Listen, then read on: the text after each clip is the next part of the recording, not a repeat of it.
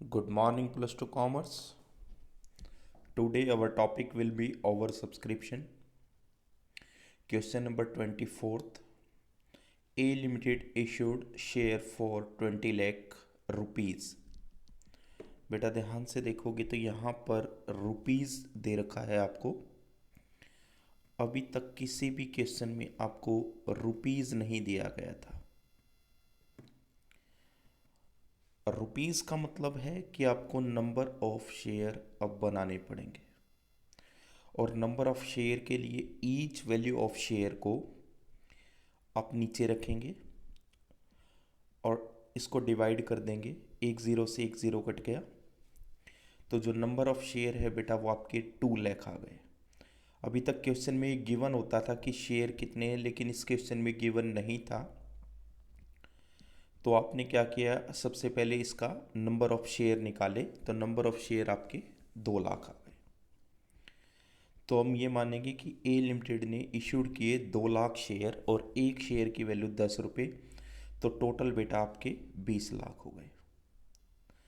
अगला जो इशू है क्वेश्चन में बेटा वो क्या है कि प्रीमियम पे शेयर इशूड किए गए हैं 5 रुपये, जिसमें से एप्लीकेशन पे 4, कोई प्रीमियम नहीं। अलॉटमेंट पे 6 और 3 रुपये प्रीमियम।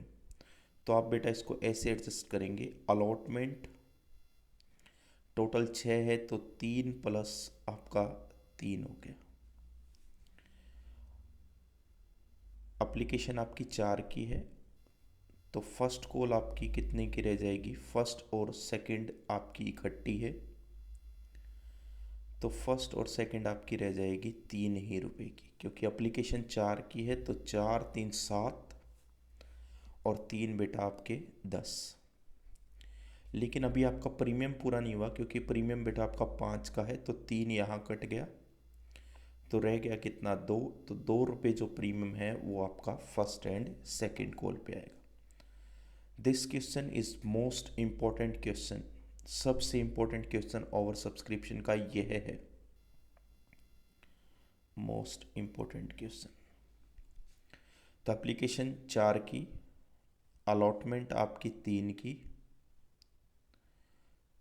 और फर्स्ट एंड सेकंड कॉल भी आपकी 3 की। 3 रुपये प्रीमियम आपका अलॉटमेंट पे कटेगा, 2 रुपये आपका फर्स्ट एंड सेकंड कॉल पे बनेगा। तो क्वेश्चन इस तरह से हो गया बेटा, जो नंबर ऑफ शेयर हैं आपके, नंबर ऑफ शेयर हैं ये आपके 2 लाख हो गए। नोट करते जाएं, नंबर ऑफ शेयर आपके 2 लाख हो गए। इसके बाद जो सीक्वेंस है कॉल का वो इस तरह से बनेगा, एप्लीकेशन 4 रुपये, अलॉटमेंट 6 है, तो ये बन गया बेटा आपका 3 + 3, और फर्स्ट और सेकंड कॉल ये बन गया आपका 3। टोटल प्रीमियम 5 है, तो यहाँ 3 कट के बेटा आपका रह जाएगा 2। तो ये आपका टोटल जो सीक्वेंस है। इस क्वेश्चन में दिक्कत यही है कि जो सीक्वेंस है वो नहीं बन पाता बच्चों से, तो सीक्वेंस आप इस तरह से सेट कर सकते हैं। आगे बढ़, एक्सेस जो एप्लीकेशन बनी है वो एडजस्ट किया जाएगा अलॉटमेंट के साथ और फर्स्ट एंड सेकंड कॉल के साथ, और यदि फिर भी कोई पैसा ज़्यादा रह जाता है तो उसे रिजेक्ट करके वापस कर दिया जाएगा। अब ये लाइन भी बहुत इंपॉर्टेंट है क्वेश्चन की। देखिए, अभी तक जो एप्लीकेशन का पैसा था वो सिर्फ और सिर्फ अलॉटमेंट पे आप एडजस्ट करते थे, लेकिन इधर आप अलॉटमेंट पे भी एडजस्ट करेंगे, और बेटा फर्स्ट और सेकंड कॉल पर भी ये पैसा आप एडजस्ट करेंगे। बाकी अगर कोई रह जाता है तो उसे आप रिटर्न कर देंगे। अभी तक आप अलॉटमेंट पर ही एडजस्ट करते थे, लेकिन अभी आप इसको, अगली जो चीज़ है वो क्या है कि इसको फर्स्ट और सेकंड कॉल पर भी एडजस्ट कराया गया है, जो एक्सेस पैसा है। नेक्स्ट लाइन पढ़ें, इशू जो किए गए थे वो ओवर सब्सक्राइब्ड होकर के बढ़ गए, एक्सटेंड हो गए 80,000 से। अब ये लाइन भी काफ़ी पजल करने वाली है कि जो इशू किए गए थे बेटा, इशू किए गए थे 2 लाख, और वो कहता है एक्सटेंड हो गए 80,000 से। इसका मतलब टोटल जो हो गए वो हो गए आपके 2,80,000। करना क्या है क्वेश्चन में कि ये 80,000 को आपने एडजस्ट करना है किसी तरह से। नेक्स्ट जो दिक्कत आती है बच्चों को क्वेश्चन में वो ये आती है कि इसकी कैटेगरी किस तरह से बनेगी। कैटेगरी क्या कहता है बेटा आगे कि जो 1 लाख शेयर थे पहले, 1 लाख मतलब 2,80,000 में से जो पहले 1 लाख थे उन्हें 30% मिला। अब 30% का मतलब है 30,000। तो 280 एक तरफ रखें आप, 1 लाख आपने उसमें से एडजस्ट कर लिया, 10,000 को रिजेक्ट कर दिया। जिसको रिजेक्ट कर दिया उसका पैसा बैंक से वापस हो जाएगा। 280 है टोटल, 1 लाख एक एडजस्ट हो गया, 10,000 एक एडजस्ट हो गया, बचे 1,70,000। कहता रिमेनिंग को पूरी की पूरी अलॉटमेंट कर दी गई। अब रिमेनिंग कितने रह गई, वो भी 170 ही रह गई। तो पहली जो कैटेगरी है वो बेटा आप दिखाई दे रहा है आपको, मैंने बताया था कि ज़्यादा को कम दे रखा है तो ये पार्शली कैटेगरी हो गई। 10,000 को नील कर दिया, ये आपकी रिजेक्टेड कैटेगरी हो गई, और नीचे वाली ये आपकी फुल कैटेगरी हो गई। तो इसको आप एक बार नोट कर लेना। अब आगे चलते हैं। आपके पास 3 कैटेगरी है, उसमें से पहली कैटेगरी है आपकी 1 लाख वाले को आपने 30,000 दे दिया। तो इसका मतलब बेटा 70,000 का जो पैसा था वो आपने एडजस्ट कर लिया।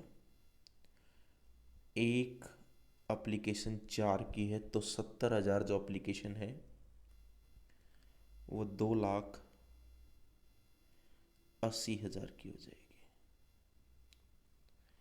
हमें क्या करना है, ये जो 2,80,000 है इसको एडजस्ट करना है सबसे पहले अलॉटमेंट पे, फिर फर्स्ट एंड सेकंड कॉल पे।